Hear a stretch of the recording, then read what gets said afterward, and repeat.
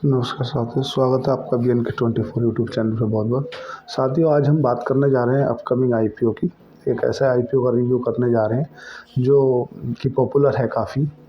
हम बात करने जा रहे हैं नीवा बूपा कंपनी की। नीवा बूपा को सेबी के द्वारा मंजूरी मिल गई है। उसने बहुत दिन से अपनी DRHP दाखिल कर रखी थी, जिसको मंजूरी मिल गई है। अब हम बात कर लेते हैं नीवा बूपा। बेसिकली हम किसी भी कंपनी का IPO करते हैं तो हमारा सिंपल सा फंडा रहता है कि वो कंपनी बिज़नेस क्या करती है। क्योंकि हम किसी भी कंपनी का IPO करते हैं तो हमारा एक ही बात है कि वो बिज़नेस क्या करती है, धंधा क्या करती है, वो धंधा बताया जाए। तो धंधा क्या करती है, ये बिज़नेस है इसका, लोगों को हेल्थ सर्विस प्रोवाइड करती है। जैसे हेल्थ स्टार हेल्थ कंपनी है। तो नीवा बूपा का जो पुराना नाम है ना, वो मैक्स हेल्थ के नाम से जानी जाती थी। इसको क्या किया फिर, जो बूपा करके कंपनी थी उसने मेजोरिटी के साथ अपनी पूरी होल्डिंग इसकी खरीद ली थी, तो इसका नाम नीवा बूपा हो गया था। पहले इसको मैक्स हेल्थ के नाम से जाना जाता था। हमने ये समझा कंपनी धंधा क्या करती है, हमने समझा कि मैक्स हेल्थ को ही नीवा बूपा कहा जाता है। इसी की पीयर कंपटीटर है स्टार हेल्थ करके, जो अभी मार्केट में लिस्ट है। तो ये हमने समझा। अब हम बात करते हैं कि कंपनी का कितना प्राइस बैंड है, कंपनी कितने का IPO लेके आ रही है। कंपनी क्या है, 2200 करोड़ रुपया रेज़ करना चाहती है IPO के ज़रिए, जिसमें 800 करोड़ रुपए जो हैं वो कंपनी के फ्रेश इशू है, जो कंपनी में लगेंगे, कंपनी की ग्रोथ के लिए काम आएंगे।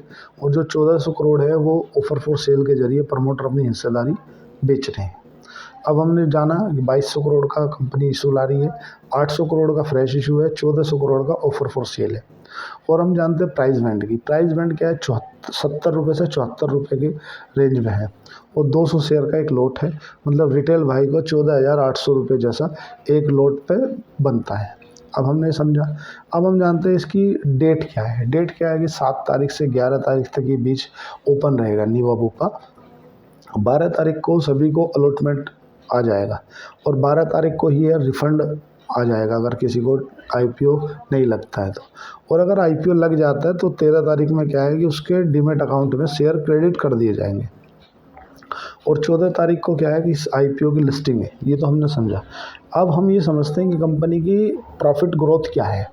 तो अगर हम प्रॉफिट ग्रोथ की बात करें कंपनी की, तो 41% के ग्रोथ से कंपनी हर साल दर साल बढ़ रही है। रेवेन्यू में तो काफ़ी अच्छी ग्रोथ है। जो कंपनी की 2022 में 1884 करोड़ रुपए की रेवेन्यू हुआ करती थी, वो बढ़ के 1884 हुआ करती थी, वो बढ़ के 2859 हुई। और बढ़ के वो लगभग 4118 करोड़ के जैसे अभी रेवेन्यू है। रेवेन्यू कंपनी का स्ट्रेटेजिक तरीके से बढ़ रहा है, अच्छी बात है। अगर कंपनी की हम प्रॉफिट की बात करें तो प्रॉफिट क्या है कि 2022 में कंपनी को 196 करोड़ का लॉस था और 2022 में 12 करोड़ का प्रॉफिट हुआ। और 2023-24 में, मतलब ये जो वित्तीय वर्ष चल रहा है, 81 करोड़ रुपए का प्रॉफिट है। तो ये तो थोड़ा समझा कि हाँ ठीक है। तो 2022 में इसलिए भी कंपनी ने हो सकता है लॉस दिखाया क्योंकि कोविड का टाइम गया था और इनका जो मेजर बिजनेस है वो लोगों को हेल्थ सर्विस प्रोवाइड करना है। तो जो लोग बीमार हुए होंगे उन्होंने क्लेम डाले होंगे तो उन्होंने क्लेम प्रोवाइड किए होंगे, क्लेम प्रोवाइड करे होंगे तो कंपनी की वो चीज़ बैलेंस शीट पे आ गई, मतलब लॉस दिखा दिया। अब धीरे धीरे प्रॉफिट इम्प्रूव हो रहा है। थोड़ा सा अगर हम बात करें कि इसकी प्राइस टू बुक वैल्यू की, तो लगभग 6.5 के प्राइस टू बुक वैल्यू पे ये आ रहा है, जो कि ठीक है। अब हम अगर बात करें कंपनी के जो MD और CEO हैं,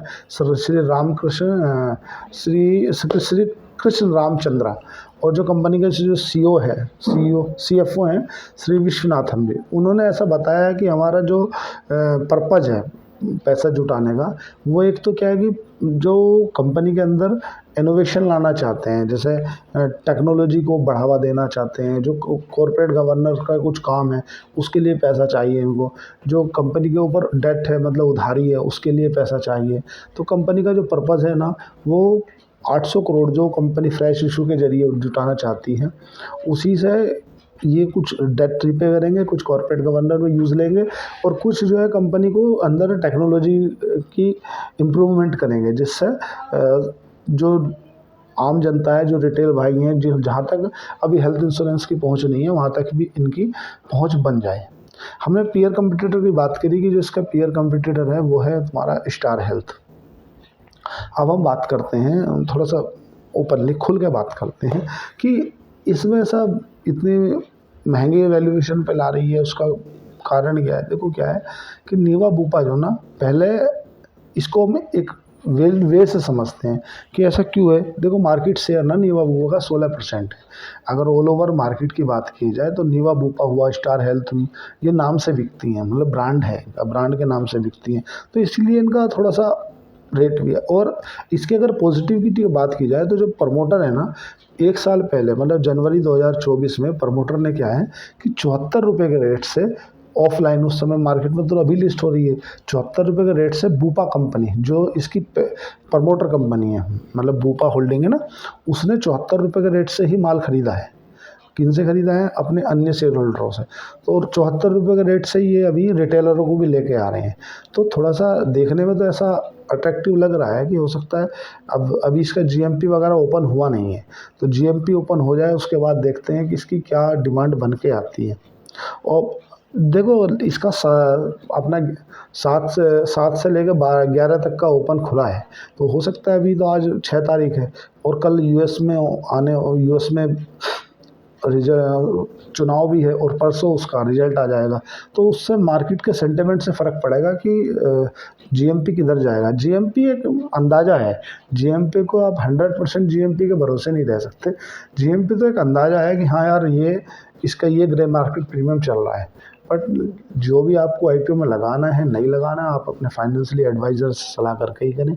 बाकी मेरी तो ऐसी स्ट्रेटजी रहेगी कि मैं थोड़ा उसका जीएमपी वगैरह देखूँगा, कंपनी अच्छी है, ब्रांड अच्छा है, पर थोड़ा सा एक बार देख के लगाऊंगा। और अगर अभी 3 आईपीओ जो खुले हुए हैं, स्ट्रेलजिक का आईपीओ खुला हुआ है और एक तुम्हारा स्विगी का आईपीओ खुला है और एक एसएम सोलर का आईपीओ खुला हुआ है। अगर इन तीनों में मैं अपनी पर्सनली बात करूँ तो मैं तो केवल सोलर वाले में ही लगाना रेफ़र करूँगा, क्योंकि सोलर में क्या है ना कि डिमांड है और जीएमपी भी अच्छी है। अभी प्रीमियम एनर्जी अच्छी लिस्ट हुई अच्छी उसके बाद में, और अभी वारी एनर्जी आया था, वारी एनर्जी में भी इन्वेस्टरों के लगभग पैसे डबल हो गए। जिनको आईपीओ लगा है 1500 के रेट पे लगा था, आज कंपनी का 3500 का रेट है। तो शेयर मार्केट में पैसा बनता है, पर आप कहीं भी जाके कुछ भी खरीदोगे तो पैसा नहीं बनेगा।